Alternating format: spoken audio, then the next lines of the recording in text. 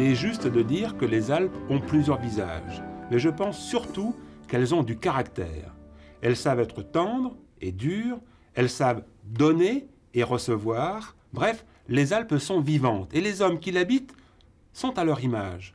Cependant, il faut bien reconnaître que quelquefois la cohabitation est difficile.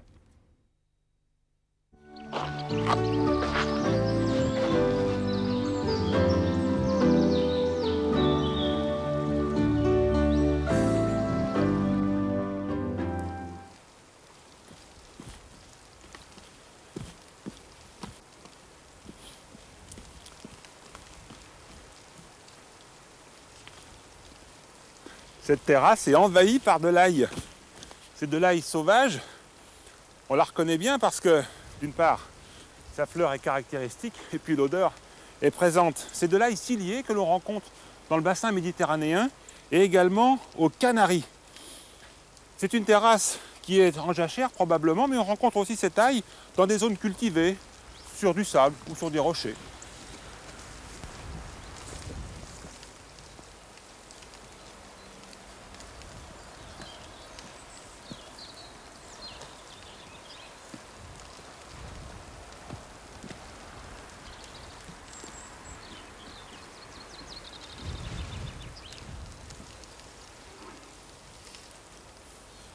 Ce qui est étonnant sur ce sentier, c'est de constater que des villages comme Fanghetto connaissent encore la civilisation de l'olivier.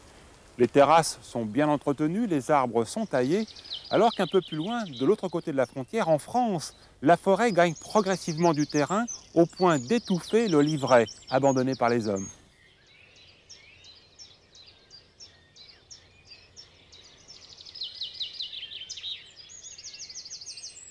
La pluie ne nous a pas découragés. Nous avions raison puisque le soleil nous a rejoints. Ce qui ne fait pas l'affaire de ce petit crapaud que j'ai trouvé sur le chemin. Il était à la recherche d'ombre. C'est bien la preuve que les crapauds et les randonneurs n'ont pas la même notion du beau temps.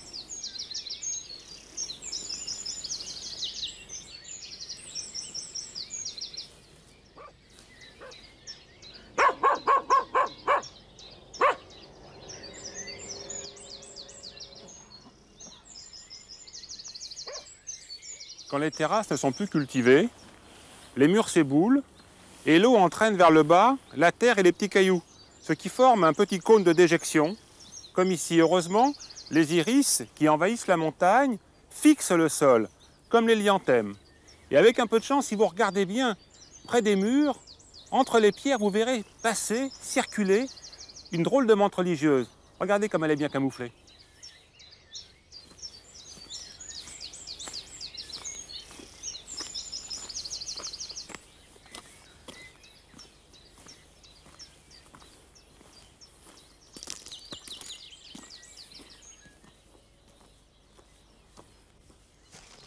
Le cyste cotonneux est une plante que l'on appelle sous-arbrisseau.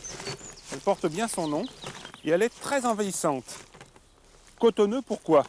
Tout simplement parce que ses feuilles, duveteuses, sont très délicates au toucher. Elles sont très très douces. Mais attention, sa grosse fleur, naturellement fripée, est très fragile. Alors ne la cueillez pas.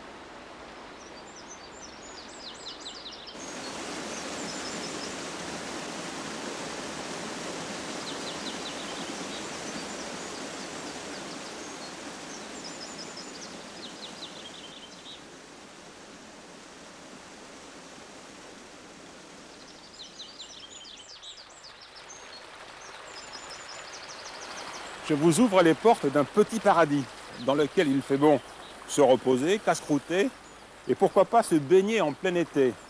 Mais attention car l'hydrocution vous guette. Cette gorge est très souvent empruntée par des amateurs de canyoning. Attention, c'est un sport dangereux qu'il est d'ailleurs largement préférable de pratiquer avec un spécialiste possédant le matériel adéquat et connaissant chaque trou d'eau.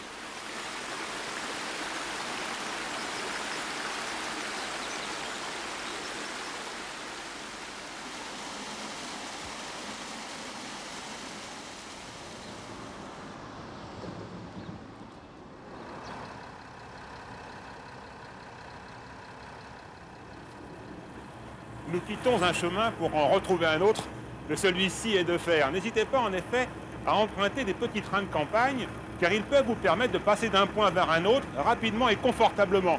C'est ce que nous allons faire ensemble. Nous allons prendre de l'altitude, nous allons changer de paysage, et je vous promets un contraste saisissant.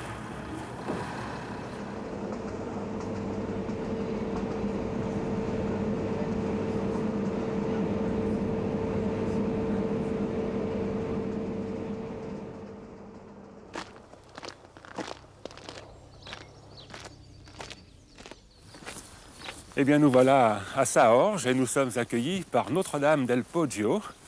El Poggio, c'est la petite butte, c'est la colline. Et cette belle église qui fait partie en fait du premier art roman, elle date du XIIe siècle, est tout à fait caractéristique à plusieurs points. Mais surtout, ce qui choque, ce sont ses absides et les absidioles, en fait asymétriques. Et ce grand clocher qui lui date du XVe, qui se dresse vers le ciel. L'ensemble est bizarre, mais c'est très très beau.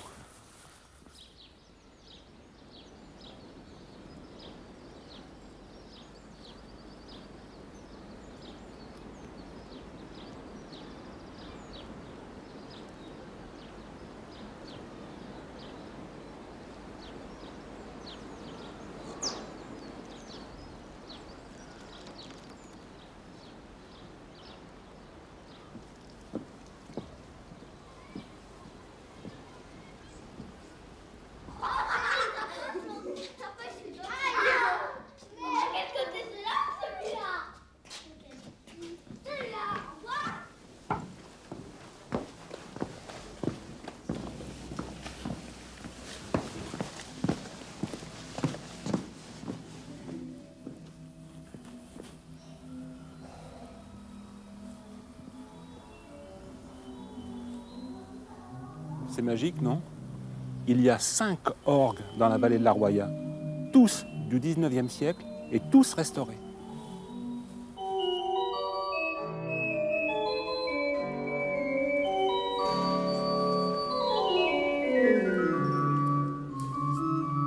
Cet orgue me procure beaucoup de possibilités parce que il y a tous les instruments de concert, de solo. Il y a la belle flûte traversière, comme je disais déjà. Il y a la petite flûte 4. Il y a les cornets. Il y a même un registre qui s'appelle le viola et qui imite le coup d'archet du violon. Il y a la voce umana qui imite le bel canto, car à l'époque des constructions des orgues de la vallée, il y avait en Italie Rossini et Verdi qui faisaient fureur. Et comme il n'y avait pas encore la radio et les cassettes, eh bien, les gens qui voulaient entendre de la musique, il fallait qu'ils en fassent. Alors, ils chantaient les airs de Rossini et de Verdi. Et quand, à l'office, le dimanche, l'organiste savait reproduire ou des airs vraiment de Rossini ou de Verdi, ou des airs qui étaient influencés par eux, du Padre David, les croyants de la messe, ils étaient très très contents à la sortie d'entendre par exemple une symphonia du Padre David. Et même dans mon petit programme, j'ai une polka dopo la messa. Vous vous rendez compte, une polka après la messe. Ça voulait dire qu'au XIXe siècle, les gens n'étaient pas si ascétiques comme maintenant. Et ça ne les effarouchait pas, la polka dopo la messa. Tandis que maintenant, on peut jouer ça que dans un concert. On ne peut pas le jouer après une messe. Quand on quitte Saorge en direction de Sainte-Croix, on emprunte le GR 52A. On passe près du gîte d'étape qui porte bien son nom, derrière le couvent. C'est une excellente adresse pour se reposer et se restaurer.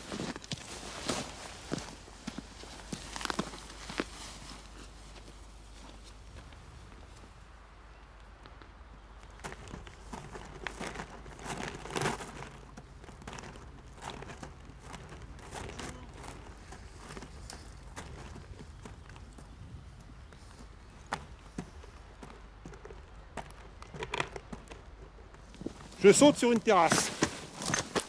Ce sont des genêts d'Espagne, probablement. Ils n'ont pas encore de feuilles, mais ils occupent un endroit qui est autrefois cultivé. Vous voyez, dès que les terrasses ne sont plus utilisées par les hommes, les plantes pionnières, comme les genêts, apparaissent. C'est une plante toxique. Il ne faut pas la manger. Autrefois, on l'utilisait pour fabriquer des paniers, pour attacher la vigne et les tomates. Et aujourd'hui, on brûle encore son bois dans les cheminées.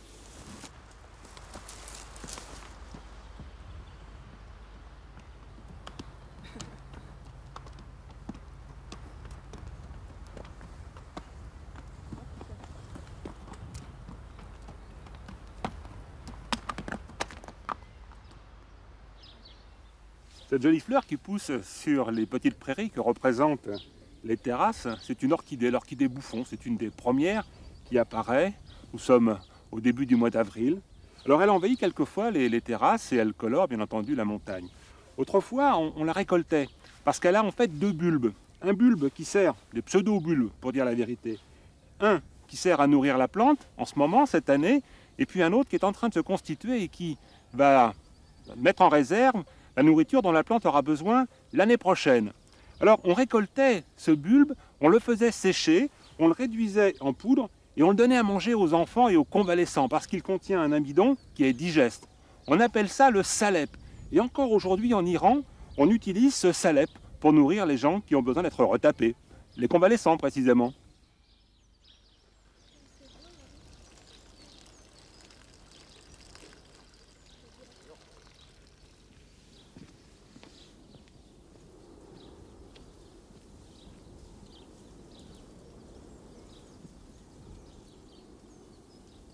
On est d'origine italienne. Mon père est venu à Tende au moment de la ligne Nice-Coni, travailler quand ils ont creusé tous ces tunnels. Ils tapaient de la masse et burin pour faire les mines. Ça a été fait tout à la main. Le marteau-piqueur en ce moment-là n'existait pas. On est échappé d'en haut au moment de la montée du fascisme en Italie. C'est pour ça que nous sommes là. Vous êtes venu vous réfugier ici? Ben, réfugié, c'est trop dire, parce que... Il vous a rejoint quand même, hein? Ah ben après, ils nous ont rejoints. Oui, ils nous ont rejoints ici, ils étaient au monastère. Quand la ligne Nice-Coni a été terminée, nous, on avait juste une petite campagne de rien du tout. On n'avait même pas un hectare de terrain. On ne pouvait pas vivre sur la campagne. Mon père allait au chantier travailler. Mais quand la ligne Nice-Coni a été finie, il avait demandé du travail à l'entreprise. Il vous disait, il faut prendre la carte du parti fasciste, sans quoi, pour vous, il n'y a pas de travail. Et lui, il n'a jamais voulu la prendre. Et comme on habitait à côté de l'ancienne frontière, là, il passait travailler en France, à Bergue, Fontaine, avec les paysans fauchés, moissonner le blé. Puis de temps en temps, il venait, il portait un peu de sous, quoi.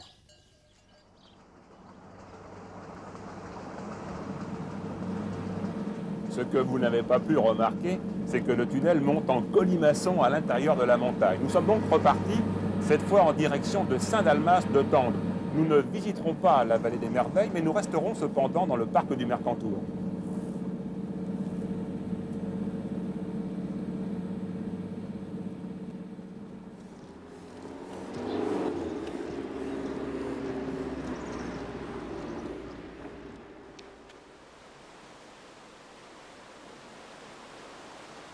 Nous sommes presque arrivés sur le site de Casterino, porte grande ouverte sur le parc du Mercantour. Nous ne sommes pas arrivés au bout de notre chemin. Il nous faut encore 2 heures de marche pour atteindre le lac des Grenouilles. Nous serons alors dans le parc naturel national du Mercantour, gardés, surveillés par des gens qui veillent non seulement à la protection de la flore, de la faune et des randonneurs.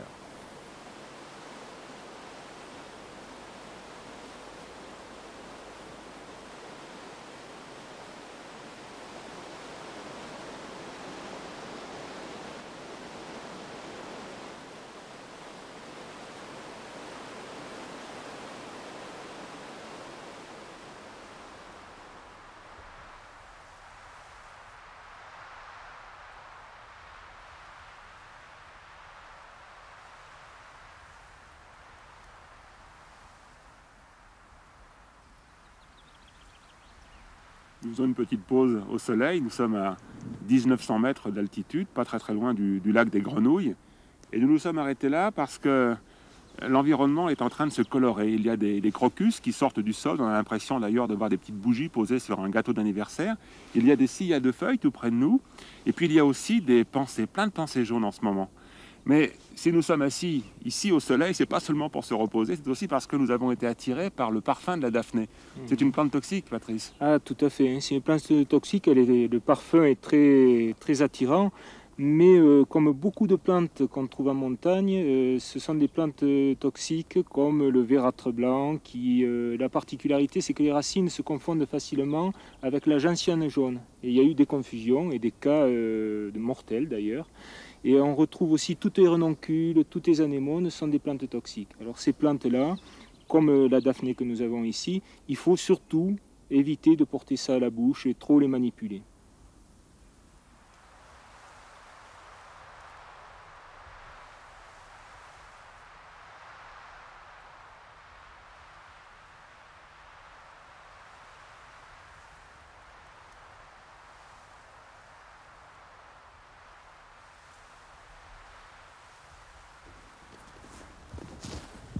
Le mont Bégaud culmine à 2872 mètres. Juste derrière, c'est la vallée des Merveilles. Nous n'irons pas, mais vous savez que cet endroit a passionné et passionne encore les archéologues. Et ici, près du lac des Grenouilles, il y a de la concurrence, ce sont les marmottes. Mais oui, en effet, les marmottes ici, elles ont le travail d'archéologue. Et depuis plusieurs années, on a découvert que, surtout au printemps, quand elles creusent leur terrier, elles chassent les déblais de sous terre et on trouve des fragments de poterie. Et ce sont des fragments qui ont été datés de la période du bronze et certains fragments même du néolithique, donc beaucoup plus anciens que la datation des gravures. On pense qu'il y a eu de l'habitat. Est-ce que ça a été de l'habitat permanent? C'est difficile à dire pour l'instant, bien que personnellement j'avais trouvé un fragment de pisé. Et le pisé à l'époque, c'était de l'habitat permanent. Et on a trouvé également des scories. On peut supposer qu'il y a eu de l'habitat permanent. Et la présence du lac des Grenouilles à proximité est peut-être très intéressante pour essayer de retrouver des bases d'habitat permanent sur ce coin. Est-ce que les hommes du néolithique ont connu un paysage identique à celui-ci? Disons, grosso modo, il devait être identique à celui-ci, sauf que la forêt avait poussé beaucoup plus haut. Vu qu'après les grandes glaciations, il y a 10 000 ans à peu près, il y a eu un gros radoucissement et la forêt de Mélèze, curieusement, était remontée à 2500-2600 mètres, alors qu'actuellement elle est à 2000-2200 mètres.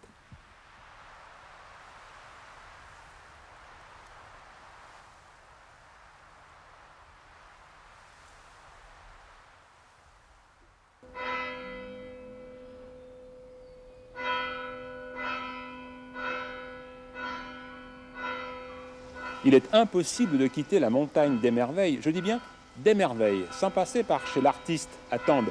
Bonne balade!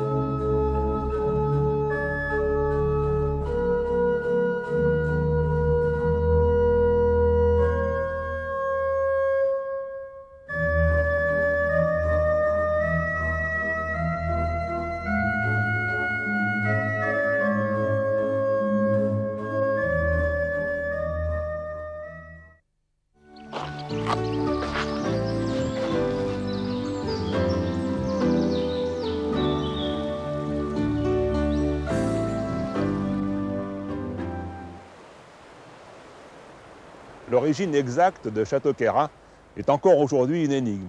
On sait cependant que les Romains, pour leur défense, ont utilisé le rocher qui barre la combe du Guil. Plus tard, après la révocation de l'édit de Nantes par Louis XIV en 1685, Vauban est venu traîner par ici. Il a travaillé à l'extension du château, d'où ces splendides murailles que l'on peut encore découvrir aujourd'hui. Bref, nous sommes dans les Hautes-Alpes, dans le Queyras, à moins d'1 heure de voiture de Briançon, et nous partons ensemble à Seillac. Là, nous chausserons les raquettes et nous irons rejoindre le lac Miroir à 2214 mètres d'altitude.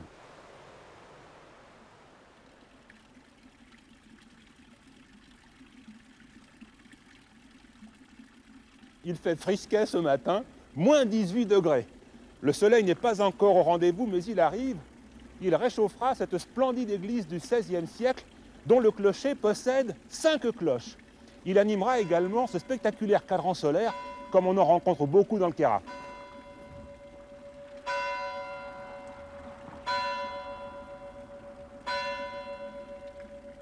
Pour randonner sur la neige, tout en prenant le temps de s'intéresser à la nature, n'hésitez pas à employer des raquettes. Alors ne vous en faites pas tout un monde, c'est très facile à chausser, c'est un peu comme des palmes. Il n'y a pas de pied gauche, il n'y a pas de pied droit. Vous enfoncez la pointe de la chaussure au fond du chausson, vous tirez la lanière en arrière, vous la laissez retomber sur le talon.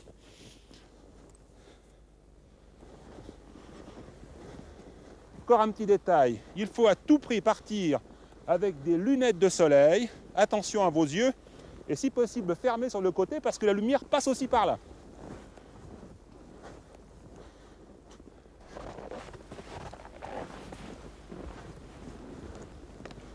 Pour le randonneur naturaliste qui fait ses premiers pas, si je peux me permettre, l'hiver est une période idéale, surtout en zone de montagne, car la neige nivelle le sol. Après chaque précipitation, chaque coup de vent, tout est remis à zéro. Les traces laissées par le passage d'un animal sont donc bien visibles, très claires, donc plus faciles à identifier.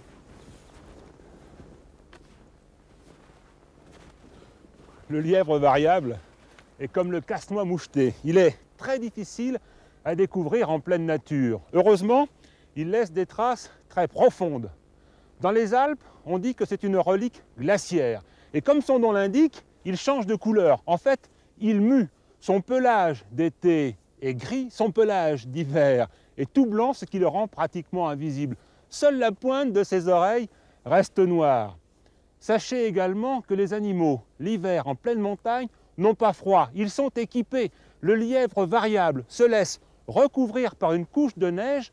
On aperçoit seulement un petit trou qui est dû à sa respiration, à la chaleur de son haleine.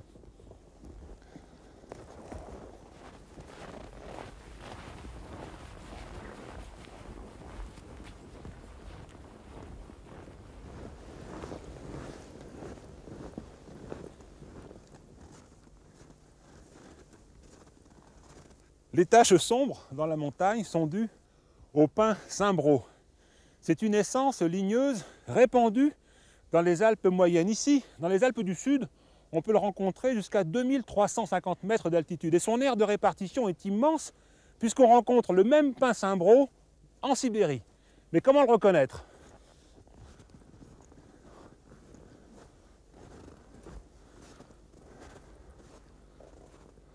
Pour le déterminer à coup sûr, faites comme moi, approchez. Regardez les aiguilles. Elles sont longues, dures, denses et vert foncé. Mais surtout, elles sont regroupées par petits bouquets de 5. Si vous levez la tête, ne cherchez pas les cônes. Les casse-noix mouchetés sont passés par là. Ils ont débarrassé l'arbre. Il vous faudra, avec un peu de souplesse, vous rendre au pied, gratter dans la neige, pour découvrir quelques cônes décortiqués.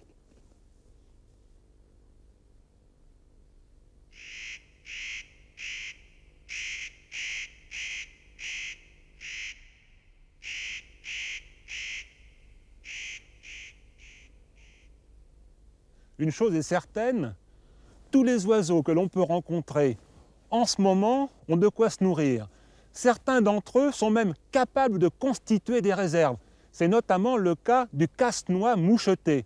Ce beau corvidé est capable, en un été, de glaner plus de 30 000 graines, ce qui représente environ 3 000 cachettes, 3 000 planques. Ce qui est extraordinaire encore, c'est qu'il est capable de les retrouver. Il se sert pour cela de sa mémoire, une mémoire d'éléphant qui fixe avec précision des éléments de topographie suffisamment clairs et précis pour retrouver, comme ici, sous la neige, ces petites graines de pin cimbro. Quelquefois, le casse-noix moucheté oublie des graines dans le sol, par étourderie. Il joue sans le savoir au jardinier, ce qui permet à des bouquets de pin cimbro d'apparaître comme ici. Regardez, il y en a 1, 2, 3, 4 et 5.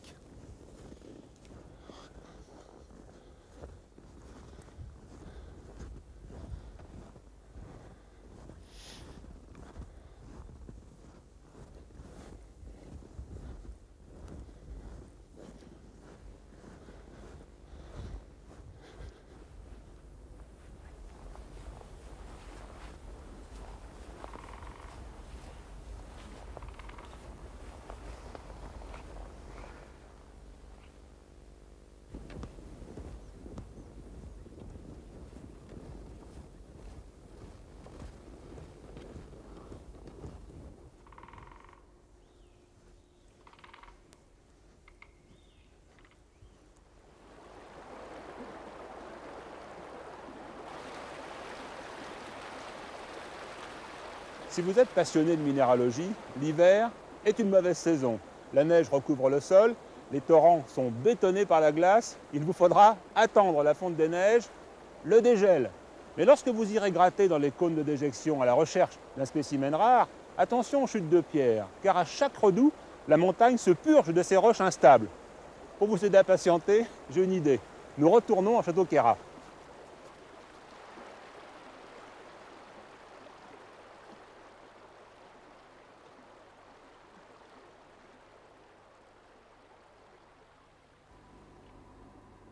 Il fait meilleur dans l'espace géologique de Château-Queyras. Et c'est ici, et non pas dans les torrents, que nous découvrirons la serpentine, cette roche verte dont l'origine remonte au fond des temps et qui est née des volcans sous-marins. Jean-Pierre, c'est quoi pour vous la serpentine? Ben, pour moi, la serpentine, c'est une histoire d'amour, c'est très très affectif, quoi. Quand je l'ai découvert dans son lit d'eau et qu'elle a dansé devant moi, ça a été comme une révélation, quoi. Et j'ai eu l'idée de travailler cette pierre parce qu'elle représente par sa force, par sa beauté, sa limpidité, sa pureté. Mais on la trouve ailleurs que dans les torrents ici, la serpentine. Oui, on la trouve partout, mais elle prend toute sa valeur quand on la voit dans l'eau, parce que là, elle serpente.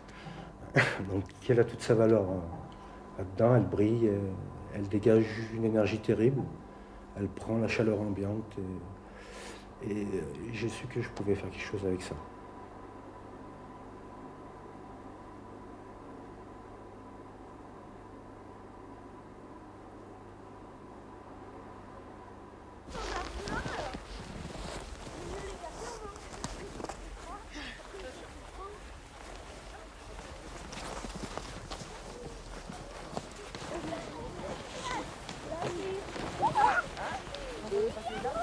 Vous passez, vous sautez pas à pieds joints dessus, d'accord?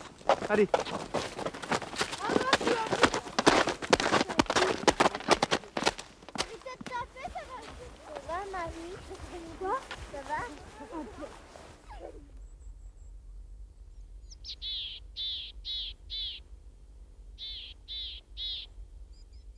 Alors, ce qu'on entend là-bas, c'est une mésange. Est-ce qu'on en entend beaucoup d'oiseaux? Non, Ah. Hein, tu n'en as même pas entendu, mais tu as ton bonnet sur les oreilles, alors c'est dur hein, avec le bonnet sur les oreilles. Qu'est-ce qu'ils font les oiseaux en hiver? Il commence à faire froid. Ah, les oiseaux ils ont froid. Alors toi tu dis qu'ils sont partis parce qu'ils ont froid les oiseaux. Vous croyez que c'est vrai? Non, C'est pas la bonne réponse. Ils ont plus trop à manger. Là voilà la bonne réponse.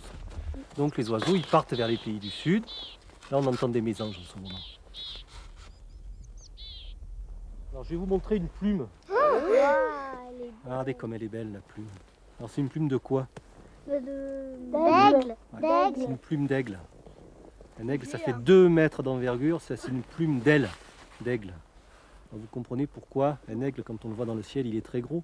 Quand vous voyez la petite plume qui est à côté ici. Donc ça c'est la plume de l'aigle. Alors donc, eh ben, la trace qu'on a ici, c'est pas une trace de chamois, c'est une trace de renard. Le renard qui est un prédateur. Le prédateur, c'est l'animal qui mange d'autres animaux. Et donc là, le renard, ce qu'il aime bien en ce moment, c'est manger du lièvre variable. Je vais vous montrer pourquoi le chamois, il glisse pas dans la neige. Regardez cette patte de chamois, je l'ai trouvée dans une avalanche. L'animal s'était fait prendre et puis au printemps, je l'ai retrouvé. Vous voyez le sabot, il n'est pas plat ici. Sur les bords du sabot, il y a une petite rainure. Et la petite rainure, quand il marche dans la neige dure ou dans les pentes d'herbe, elle s'enfonce dans la neige ou dans l'herbe et elle lui évite de glisser. C'est pour ça que quand vous voyez des chamois dans de la neige dure ou dans des pentes d'herbe, il va très très vite. Hein, et puis il tombe jamais lui. Hein.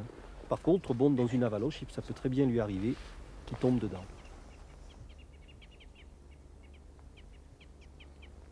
Il est très difficile aujourd'hui, il faut bien l'admettre, de vous présenter le casse-noix moucheté en chair et en os. Il est là autour de nous, mais il est invisible, il est très discret. Heureusement, un spécialiste, naturaliste, passionné, Claude Croc, l'a étudié de très près. Il lui a consacré une grande partie de sa vie. Il lui a même dédié un livre. C'est ce qui nous permet aujourd'hui de vous le présenter en images.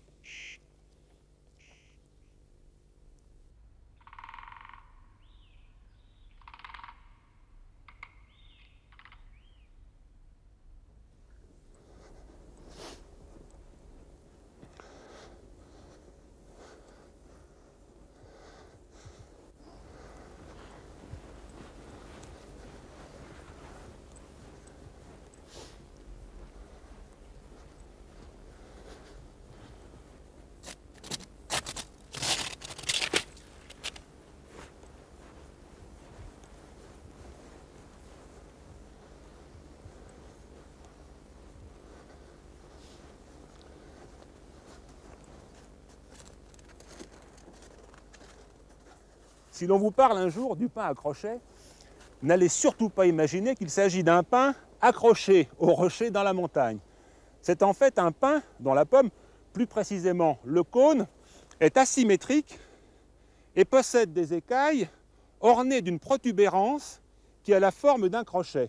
C'est souvent un arbre rabougri, celui-ci est très beau, mais sachez que dans le Queyras, son bois est depuis toujours utilisé pour fabriquer des jouets et des objets usuels.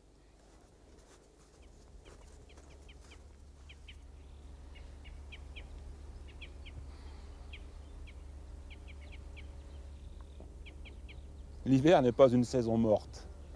Le froid glacial, les longues nuits, la neige ne sont pas suffisants pour interrompre le processus de la vie. Au contraire, l'hiver est indispensable. Cette période permet à la nature de reprendre son souffle et de préparer l'éclosion printanière.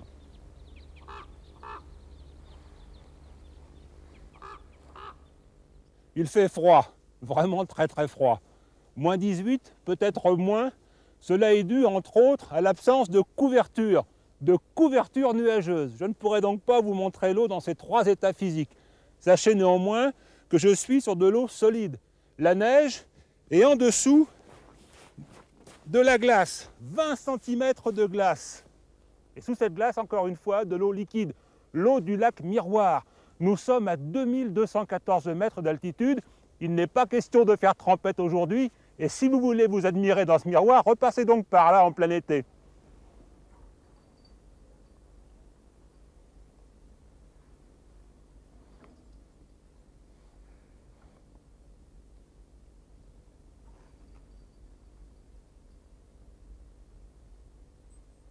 Je vous dois une explication. C'est la fin de la journée. Après être redescendu du lac Miroir, j'ai laissé mes raquettes à Seillac.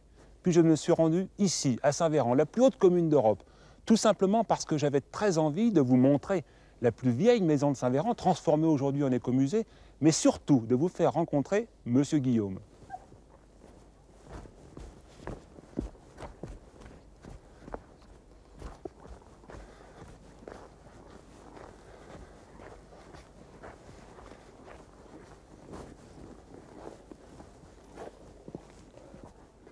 Il faut savoir que le Queyras est une région où la vie d'hiver est très longue, hein, puisqu'elle prend pratiquement plus de 6 mois de l'année, et les gens ne pouvant plus aller dans les champs, une fois que le soin du bétail était fait, un peu le matin, un peu le soir, la journée en était tranquille. Ce qui fait que chaque cultivateur était un peu menuisier. Il y a deux essences, le mélèze et le pin Saint-Brault. Le mélèze sert surtout à faire de la charpente et à faire des outils. C'est un bois qui travaille, qui est imputrescile, hein, mais qui travaille et qui se fend. Par contre, le pin Cimbro est un bois qui, lui, se travaille facilement pour la menuiserie et garde toutes ses qualités en vieillissant. On retrouve quelque chose aussi comme le Médès qui le rend imputrescible.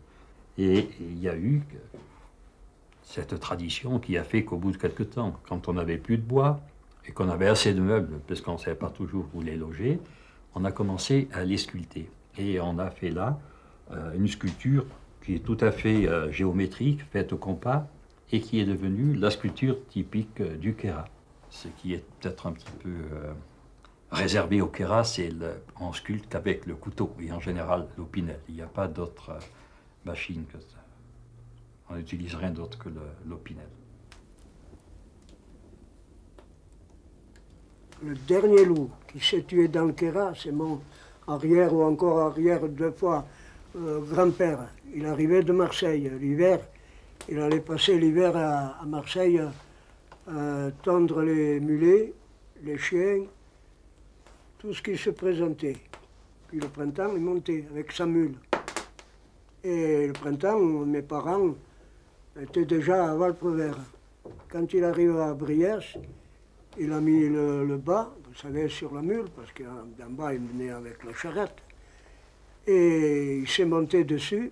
En arrivant peut-être pas même 1 kilomètre, il se retourne et il voit le loup derrière lui.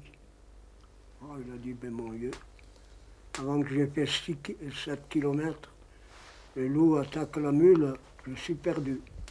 Qu'est-ce qu'il a fait? Le bas qui était monté dessus, ils ont une corde de chaque côté pour emballer le foin ou le bois.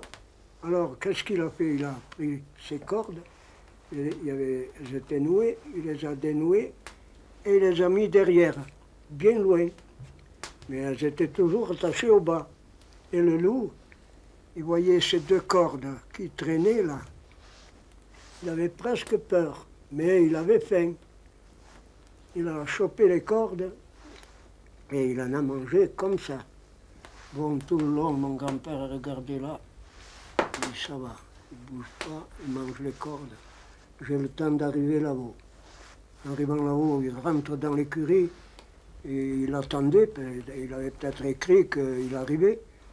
Et les grand-mères et les enfants, je ne sais pas qui y avait tout.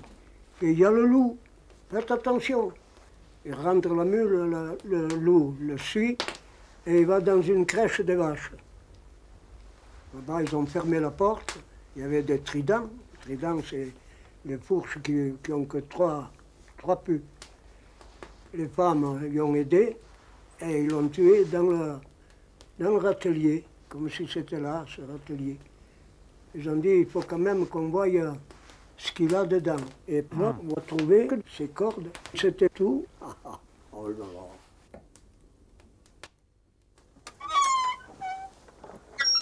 Il fait toujours aussi froid.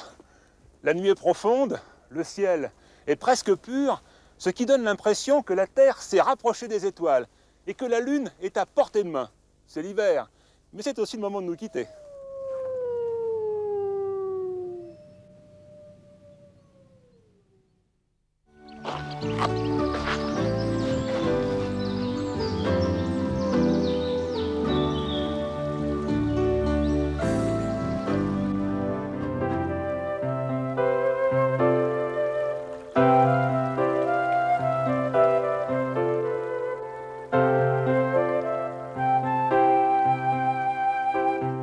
Bonjour, merci de me rejoindre dans le massif du Chambéron, à la Barge.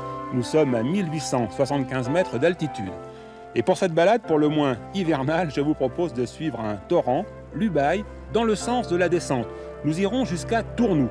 Bien entendu, nous découvrirons notre environnement et les paysages que nous aurons l'occasion de traverser. Et nous voyagerons, très loin même, dans le temps et géographiquement.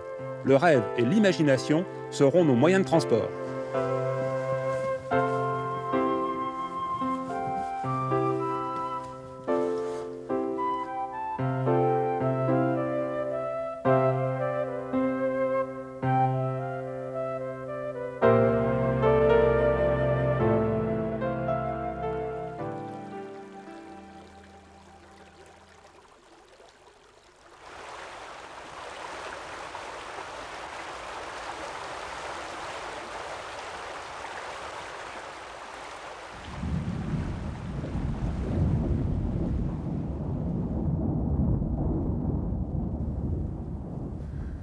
Lorsqu'on se promène, comme nous le faisons en ce moment, en pleine nature, surtout dans un paysage aussi puissant, aussi typé, aussi présent que celui de la vallée de l'Ubaye, on a l'impression que ce décor a toujours existé. En fait, rien n'a toujours existé. Ni les paysages, ni même la vie.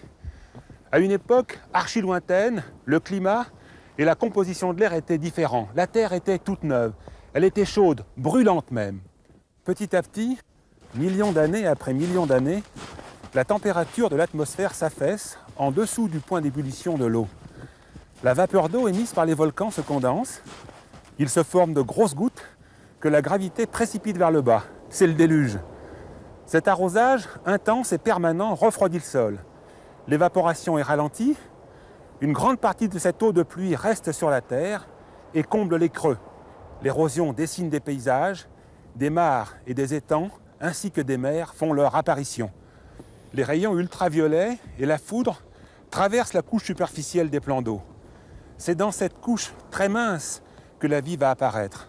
Il en reste d'ailleurs des traces visibles encore aujourd'hui, une algue bleue que l'on trouve fossilisée dans la roche en Ontario.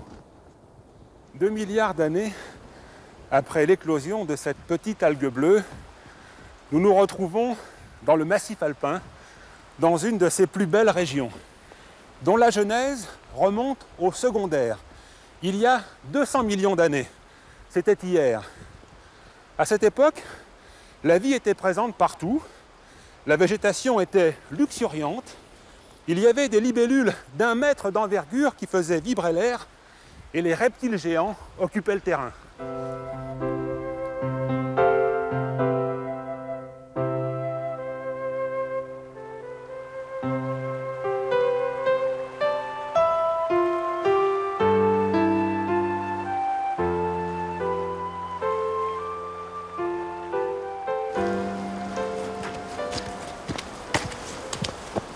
Pour l'heure, nous sommes en 1996, en hiver, les 2 pieds dans la neige, au beau milieu d'un paysage en perpétuelle évolution. Et nous en avons la preuve ici, Nicolas. Alors tout à fait. On a juste à notre droite là, une ancienne route. Elle a été totalement recouverte par la montagne qui lui tombe dessus. Et on a été obligé de reconstruire ce nouveau pont avec ce tunnel que l'on voit plus loin. Ça prouve que c'est tout le temps en perpétuel mouvement et que c'est quand même très très récent. Alors à l'ère secondaire, à cet emplacement, il y avait une mer, ce qu'on appelle la mer alpine. Seulement un beau jour, les 2 plaques eurasiatines et africaines et la plaque adriatique, qui est toute petite par rapport aux 2 autres, se sont mis en mouvement et sont venus se rencontrer. Et ça a créé un soulèvement sous la mer. Ça a créé une montagne finalement qui est sortie déjà sous l'eau, puis après hors de l'eau.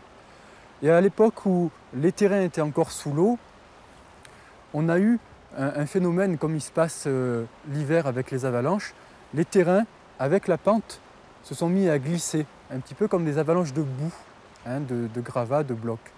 L'Ubaye était un petit peu en dehors de cette crête, était en contrebas et a reçu ces terrains qui sont venus recouvrir les terrains autochtones. Ça, c'est un phénomène assez ancien. Ça a créé une grosse montagne, très élevée, et tout de suite, l'érosion est venue sculpter en fait ce paysage. Ici, on voit bien les terrains sédimentaires qui du coup se sont redressés. Effectivement, sous la poussée des Alpes, ils sont mis en oblique et on voit très bien différentes couches. Là, on a des marnes bien métamorphisées en schiste, donc une roche assez dure, puis des couches qui sont restées plus molles et qui se dégradent très vite sous l'influence de l'eau, du gel et du dégel. Et cette roche, cette marne, ce schiste, se transforme très vite en terre. Et en fait, ça prouve que c'est une roche qui reste pas très longtemps solide. Nicolas, tu es géologue? Alors pas exactement, en fait, je suis accompagnateur en montagne. Je m'attache, entre autres, de faire découvrir la faune et la flore de cette région qui est l'Ubaye. Mais aussi, je m'attache à faire découvrir effectivement la géologie et aussi savoir comment les gens vivaient dans l'ancien temps, puis encore aujourd'hui. Alors, est-ce que tu emmènes avec toi des papis et des mamies? Alors tout à fait. En fait, tout le monde a une envie forte de savoir comment vivaient ses grands-parents, ses parents. Et il y a une demande vraiment de ce côté-là, de connaissances.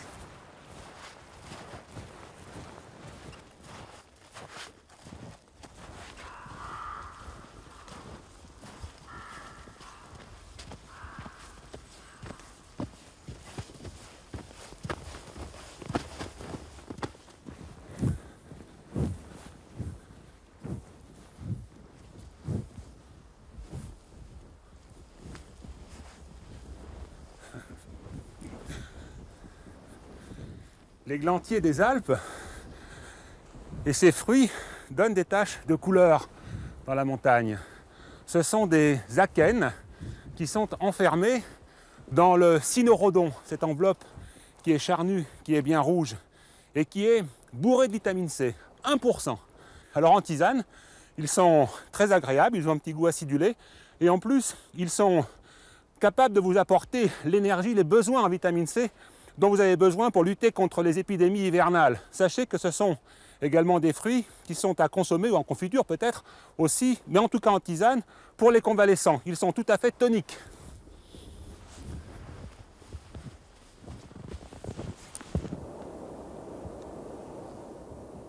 C'est la Lombarde qui nous apporte cette neige. C'est un vent qui arrive de l'est ou du sud-est. Il est redouté l'hiver parce qu'il génère souvent de violentes tourmentes de neige. Cette neige qui absorbe les sons, on est comme dans un studio d'enregistrement.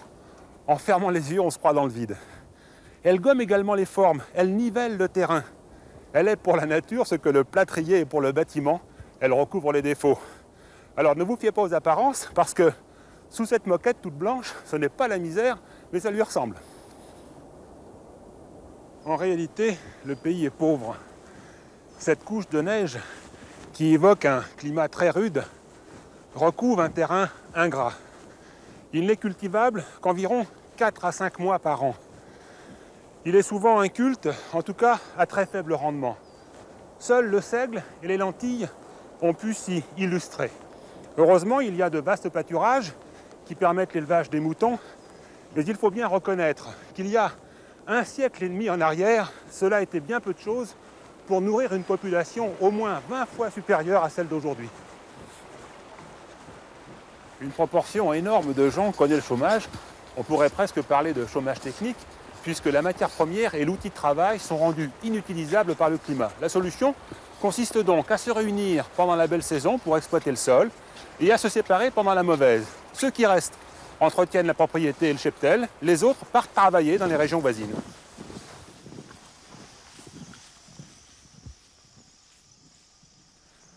À partir des années 1820, le mouvement connaît une évolution. 3 frères, les frères Arnaud, qui habitaient Josier, ferment boutique. À la surprise générale, ils vont à Mexico, ils y fondent un magasin de vêtements, de nouveautés et de tissus. Ce sont les premiers habitants de la vallée de l'Ubaye à franchir l'océan Atlantique.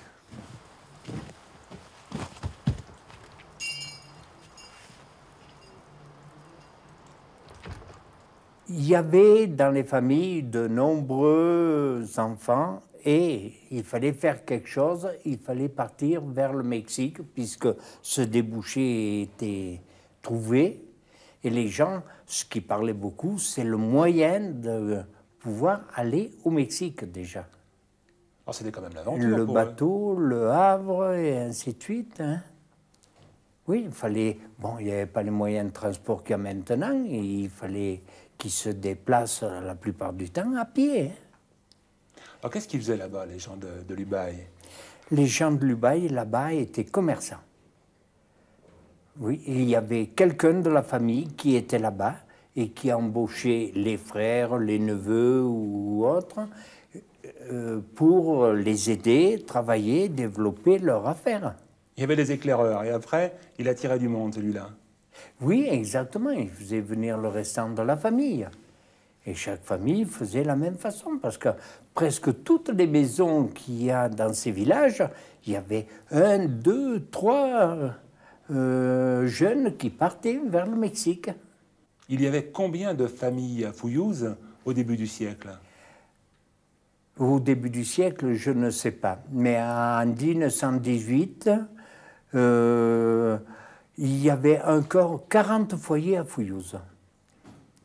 En 1918, au retour de la guerre de 14-18, il y avait 240 habitants encore qui vivaient sur le pays. Tous des agriculteurs?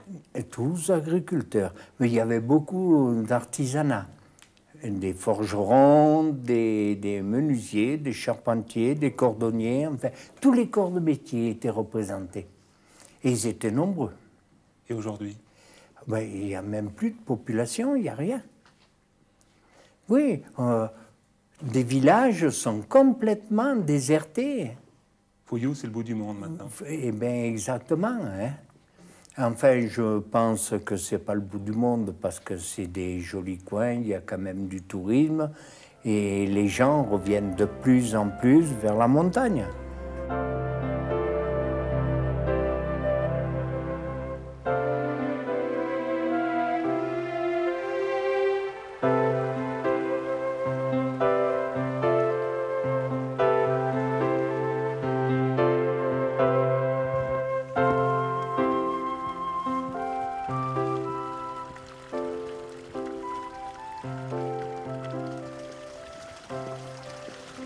Je pourrais presque vous le dire en chantant, mais j'ai pitié de vous.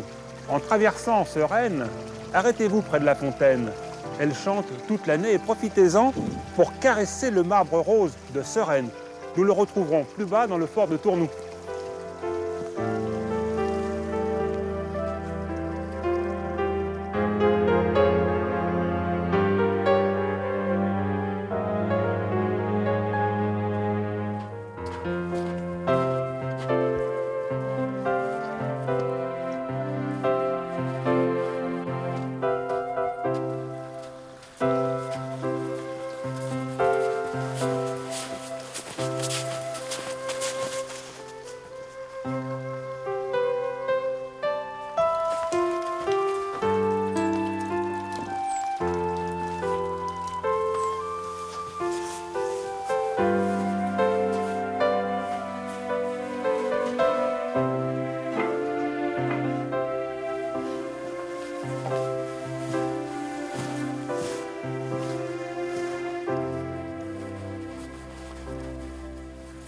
Les habitants de la vallée de Dubaï, qui se sont expatriés au Mexique, sont appelés ici Mexicains et là-bas Barcelonettes. Certains d'entre eux ont fait fortune, un tout petit nombre, et sont revenus ici se faire construire de splendides demeures, de véritables châteaux et des caveaux monumentaux.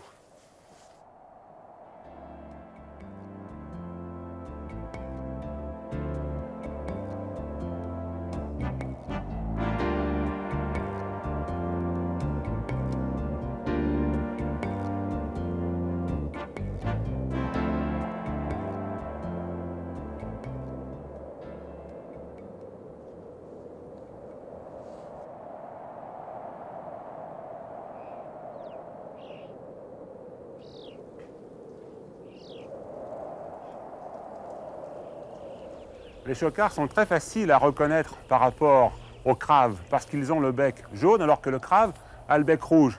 Et par rapport aux choucas également, qui occupent plutôt la vallée, les maisons en ruine, les vieux châteaux, eux par contre, ont le bec couleur ardoise, ainsi que les pattes. Alors pendant l'hiver, les chocards se réunissent en grand nombre, ils forment des vols importants, ce ne sont pas des oiseaux timides, ils viennent même quelquefois se nourrir dans les jardins. Compte tenu de sa situation géographique et de son relief, la vallée de Dubaï est très stratégique. Et ça ne date pas d'hier. Depuis belle lurette, les hommes ont compris que c'était une voie de communication et un bastion naturel. D'ailleurs, si les fortifications ont été faites sur cette crête, c'est justement parce qu'elle permet de défendre autant d'un côté que de l'autre. Face au bas de la vallée, face au col de l'Arche qui est en face contre l'Italie, ou même si on était pris à revers par le col de l'Arche. Et très longtemps, on a appartenu soit au duché de Savoie, soit à la Provence, à la France. Et dans ces cas-là, on a été obligé d'orienter les fortifications soit d'un côté, soit de l'autre. On a été un peu considéré comme une marchandise très longtemps. Vu qu'on n'avait pas de valeur, pas d'industrie ni rien, on nous a négligés et passé d'un côté à l'autre. Alors dis-moi Francis, ce fort, il date de quelle époque? Il a été construit dans les années 1845-1865. Quand on voit le travail qui a été fait, on se demande même comment ils ont pu arriver à faire ça. Pour moi, naturellement, le plus remarquable dans tout ça, c'est le travail qu'ont fait les hommes. Parce que bon, il y a le côté historique, il y a tout ce que l'on veut, mais les hommes ont fait un travail formidable avec les moyens de l'époque. C'est surtout ça qu'il faut voir. Maintenant, on trouve ça tout à fait anodin. Mais là, franchement, les Italiens sont venus, ont taillé les pierres, ça a été ajusté au millimètre. D'ailleurs, on pourra jeter un coup d'œil. On a des exemples permanents tout le long.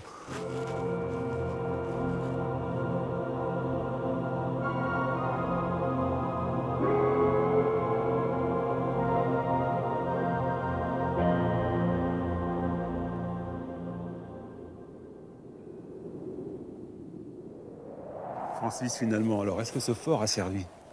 Ce fort a servi, mais il a surtout eu un effet dissuasif.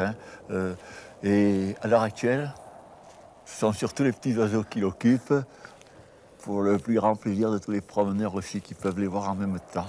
Alors je vous propose de rester sur ces petits oiseaux, ce sera le mot de la fin pour nous. Nous allons maintenant, avec Francis, rejoindre l'Ubaye. Rappelez-vous qu'une balade hivernale est très agréable à condition d'être chaudement couvert, que la neige recouvre quelquefois les repères et qu'il est donc possible de s'égarer dans la tourmente de neige. Alors soyez prudents et bonne randonnée.